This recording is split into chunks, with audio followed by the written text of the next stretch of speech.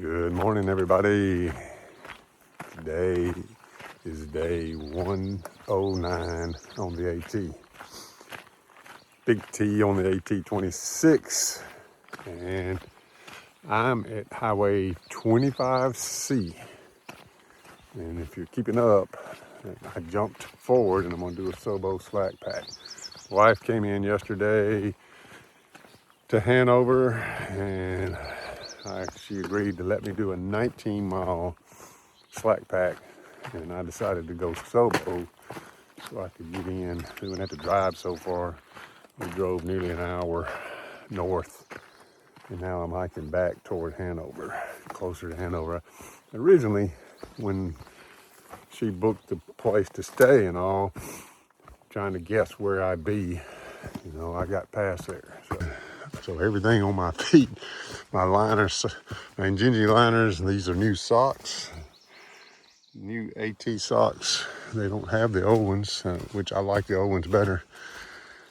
But I thought I'd finish out this through hike with some new footwear. So she brought all this to me yesterday. She flew in yesterday and rented a car, and also our friends are back with us again too. And actually tomorrow is my birthday. So I'm gonna zero tomorrow and eat good, rest, and then slack again on Friday. They'll still be here on Friday. They'll slack me Friday, and then Saturday they go home and I'll do the push to the end. It's in the 40s this morning. Car temperature's hit 43 on the way here. And right now it's wonderful. I love hiking in the 40-degree range. I know it's going to warm up today. Today's going to be a warm day, according to the forecast. I remember this section, and as the day goes on, I'm going to tell you some stuff that I remember that's not real good about when I hiked in 23. In 2 days, when I come back to 25C and go northbound, after my 0 day tomorrow, I will be going into the whites. It'll be Musavaki, will be the first big mountain of the whites. So that'll be fun. That'll be good to finally get into the whites. I'm at Cape Moonshine Road. I better not hang around here long. There's some moonshiners patrolling. I'm getting out of here. Cape Moonshine Road. Rolling on. And I thought I was hopefully going to get out of the muddy trail, but I've already gotten my new boots. A little bit sloppy, not bad, but here's exactly what I'm talking about. It just gets saturated in these areas, and it's just a mud bath. And they put rocks here for you to try to step on. These rocks are placed here. You gotta try to rock hop and try to stay out of the mud so your feet don't get wet. If you got trail runners on, you can give it up. Your feet are getting wet. These are boots are Gore-Tex. A little bit of water, I won't get wet. Unless I got holes in them like my last pair had. I had my last pair since the Shenandoahs. So it was time. They had done their job. Got me to New Hampshire. Ooh, my stomach's growling. I'm pretty sure somebody is slipping some kind of drug in my water. I'm having some issues, and the drug has to be the reverse of Ozempic. It's got to be somebody slipping in there, because I am hungry all the time. It's crazy how hungry I am all the time. The hiker hunger thing, we hikers say it, hiker hunger is real. It's real. Yesterday, got dropped off at Hanover. We got done hiking, headed to Lou's in Hanover, which serves breakfast all day. And I was looking at the menu, I was trying to decide between pancakes or whatever, and they had biscuits and gravy on there. Whew, I love biscuits and gravy. So I got the biscuits and gravy. They came with 2 eggs. The 2 eggs I had cooked over medium, and so they put the eggs on top of the biscuits and they smothered all that in gravy. Then you get a side with that, and I was trying to decide on the side. Well, I got fries with that, and then I got 2 huge glasses of milk in addition to that. And that was like 2:30. And then last night, 5:30, my stomach's rolling again. I'm starving again. Wife came in, went out to eat. I got what was supposed to be a ribeye, but I think it was a sirloin. It was tough. It was a lot tougher than a ribeye. I was not happy because I wanted a ribeye. I don't want to be too critical of you Northeasterners, but I need to teach y'all how to grill a steak. But anyway, that's not supposed to be part of the experience, I know, but it is for me. Whew. And this morning, we had WAP cinnamon rolls. Some of you don't know what the heck I'm talking about when I say that. We had a comedian in the 70s, a Christian comedian. His name was Jerry Clower. And he made a joke about, he talked about his mother and about how she made biscuits in the mornings and how she made them from scratch. And of course, this would have probably been in the 50s, probably, that he was talking about this time. And then when the 70s came along, this is when he became so popular in Mississippi, in southern South. He was from South Mississippi. He was incredibly funny for us, those of us who a little bit redneck. He was really funny, and but he talked about how things had changed in the 70s, and he started talking about WAP biscuits. And he said, WAP biscuits are canned biscuits that you get in the grocery store, and you whop them on the counter to open them up. And he said, sounded like a war going off in his little community where he lived. In the mornings now, everybody making WAP biscuits. So we had WAP cinnamon rolls this morning, and I was in a hurry and only ate one. So my stomach is just going nuts right now, saying, what are you doing? We did not have anything to eat. We need something. I keep hearing it rolling and growling. So I'm probably, when I get some good trail where I can eat and walk, I'm reaching here in this pocket and starting eating something. Oh man, it looks like I'm about to get wet. Oh, that's a big jump. And the mosquitoes are bad in these areas where it's wet like this. Oh, it's a good thing I'm long-legged. Some of these places it's impossible to reach these rocks. Like that one. You hate to stop. I mean, you're making good time and rolling along and coming to one of these areas, and boom, you gotta slow down. Find your way across through it without try not to get your feet wet like I just did. All right, here we go. All right, this is 25A. I got on at 25C, and this is 25A. I think I gotta walk down here a little ways. Yeah, Musalaki.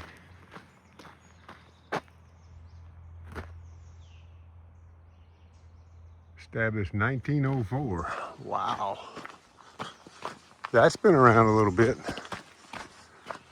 Yeah, Musalaki is the next big climb after today. And there's a moose. Not a live moose, but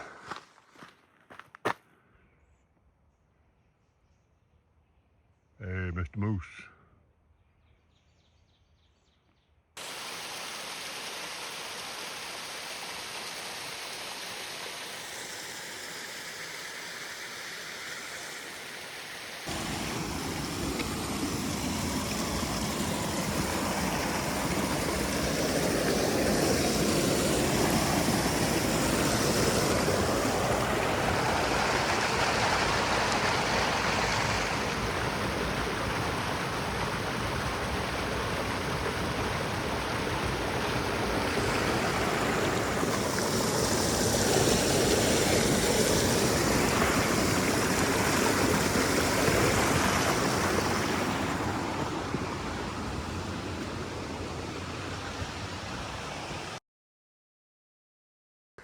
I'm climbing Mount Cube. It has not been easy going SOBO. I'm sure it's not easy going NOBO either, but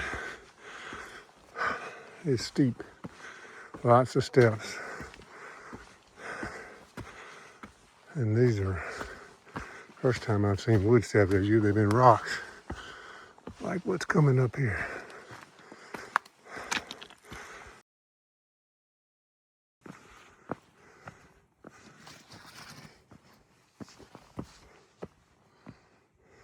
All right, Mount Cube. This is the south side. Hexacuba Shelter, Jacobs Brook Road. Let's see what we got over here.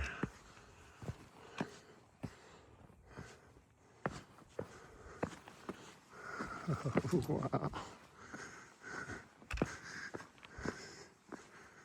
Wow. Wow.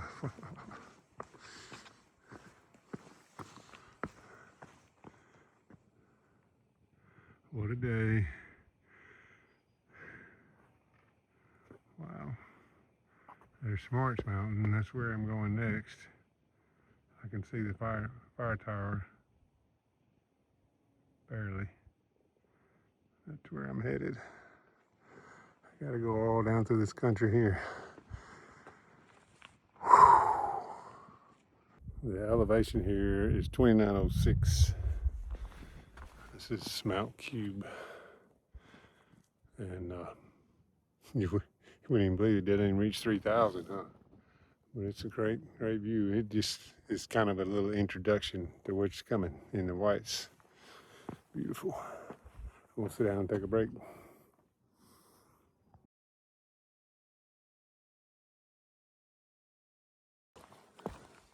The crazy thing that happened to me, you never know people you meet, what kind of influence. You always need to be trying to make a good influence and witness people. When I hiked this section in 23, well, I was coming through. I had just crossed over, come out of Hanover, and I had just made the first big climb up there to that first shelter, which is Velvet Rocks. I'd just come over Velvet Rocks, and it was wet. It rained like crazy the day before, and I slipped and fell on my trekking pole and snapped it. And just frustrated with that, and knew I needed another trekking pole. Didn't really plan to get off when I did, but I got off at Lyme-Dorchester where I stopped yesterday and got a ride into town, got a new trekking pole, and had a lady bring me actually a trekking pole, and then had her take me to the barn door hostel. And then I needed to ride out early the next morning. I kept looking on Far Out and found a guy, Christopher Roma, who picked me up early and brought me back to Lyme-Dorchester. And I had, of course, it's a pretty good drive from there. And we had a long discussion riding, which usually happens with a shuttle driver. He had a little boy. There's just several things. He told me he was a Triple Crown hiker. And I said, wow. And that he was a guide, and he told me several stories about guiding people, trying to get all of their 4,000 peaks You know, that's a thing in New Hampshire to get to hike all the 4,000 like there is in the 14ers out west. It's the 4,000s here. And he's guided people to do that, and he's telling me stories about that. I remember it well. And of course, he dropped me off, and that was the end of that. And we talked a good bit, but you know, that was it.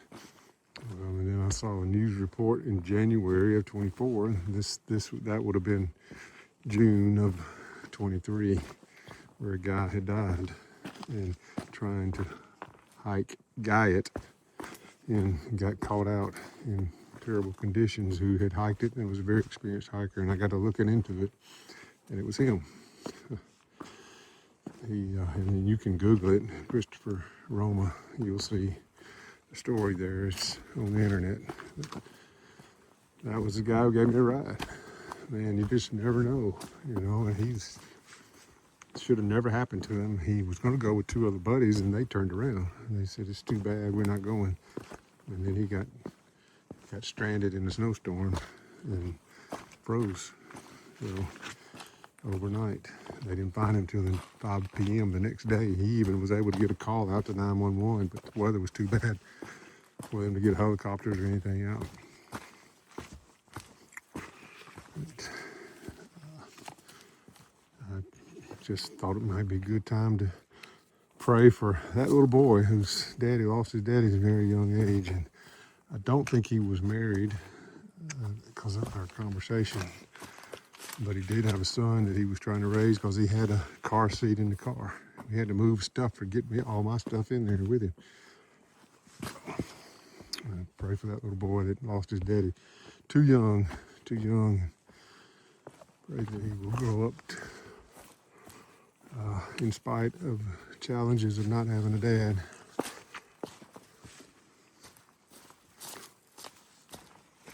Just thought I'd share that story up. Preacher's been by here. He left the cross again. I saw a preacher a little while ago.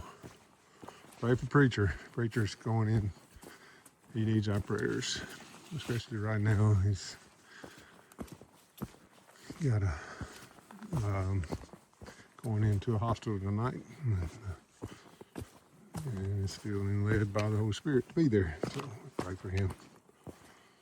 We just talked just about an hour ago.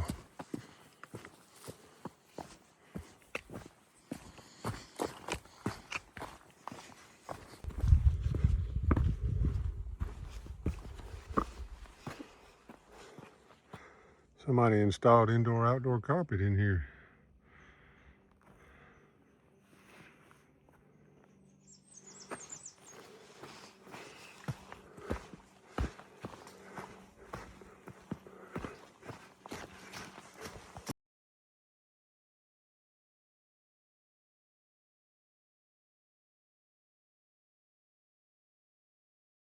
What a blessing to see Hot Wheels again.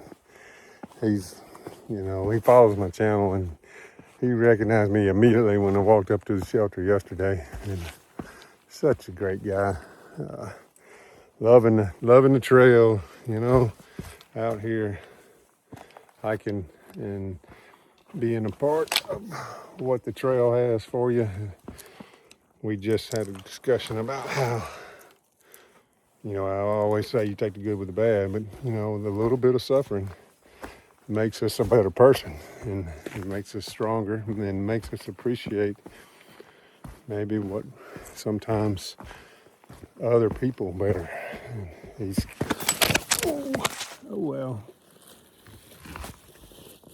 There goes number 12. Sorry.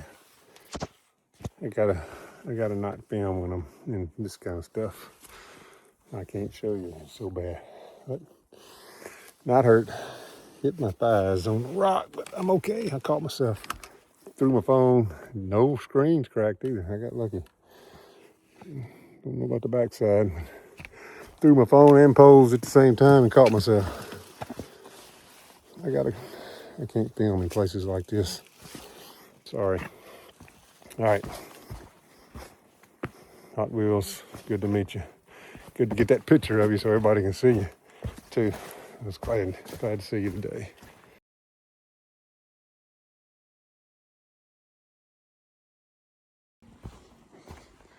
Okay, now you've seen Alien. He's hiking along with Hot Wheels. They're both section hikers doing long sections together.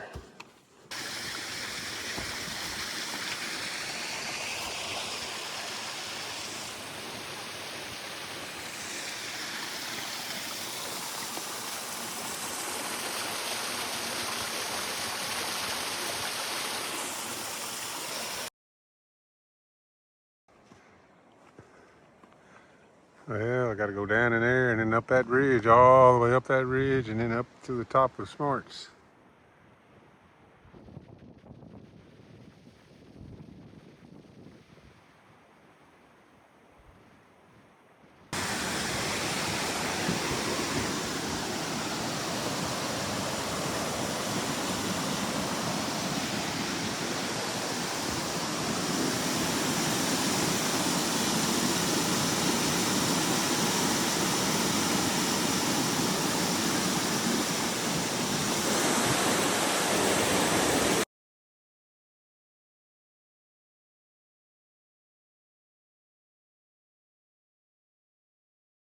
There's the forest tower on Smarts Mountain. It's way up there. Like somebody's here too. All right, this is the fire tower. I just met Graham, or the Tick, as he's known by, and he started around the 1st of March and has already called me. I'm trying to figure out where Mount Cube is. That's gonna be it probably right there. Yeah. Okay, let's see if I can bring up into view. Right there is Moosilauke. Right there. It's pretty close. There's some more big ones on over there too. I'm not sure that that's not it way over there, but I think this closest one is it. This is the other side of Smarts Mountain. That's the tower I was in. Headed this way across these rocks down to Lyme-Dorchester. Still thinking about Roma. Just kind of on my mind today, all day. Wishing that had happened differently. You know, it'd been neat to reconnect with him this trip around and see what all was happening in his life. But he was tragically taken early, way early. He was a young guy. I don't know, just kind of been thinking about that. And, you know, your one little chance of opportunity with somebody sometimes is so brief, but you never know what's going to happen within 6 months, 7 months, he was gone.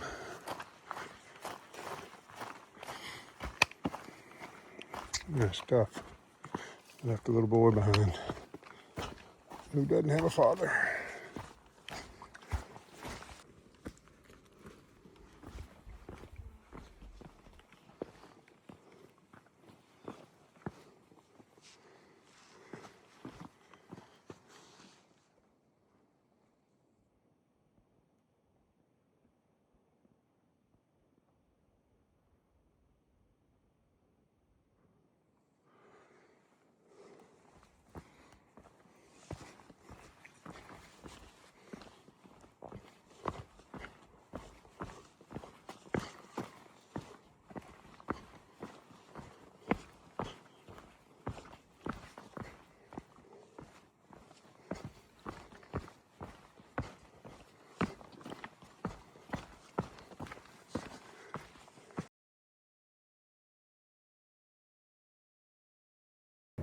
Made it back here to the house that we have. You know, it's kind of like the the day before a holiday when you're at work and the boss says, okay, you're off the rest of the day, so, and you got a holiday coming the next day, and it makes life so nice. That's the kind of way I feel. I think that's somewhat of an analogy of how I feel right now, because I'm had my first zero since Front Royal, which has been a while and a lot of miles. So I'm looking forward to being off tomorrow, taking it easy. That's a hot tub. I'm getting in that hot tub. It's nice to get 19 miles today and over 5,000 elevation on that little SOBO hike. It was good. I enjoyed seeing everybody too, seeing Prepper and Scat Pack and all of them. It was good. It's fun to do those kind of SOBOs. You get to see everybody and talk to them if they're a little bit. But looking forward to the Whites and then on to Maine. All right. I'm going to take it easy. I'll give you some video tomorrow, but I am planning to take it easy for the next 24 hours for sure. Talk to you later.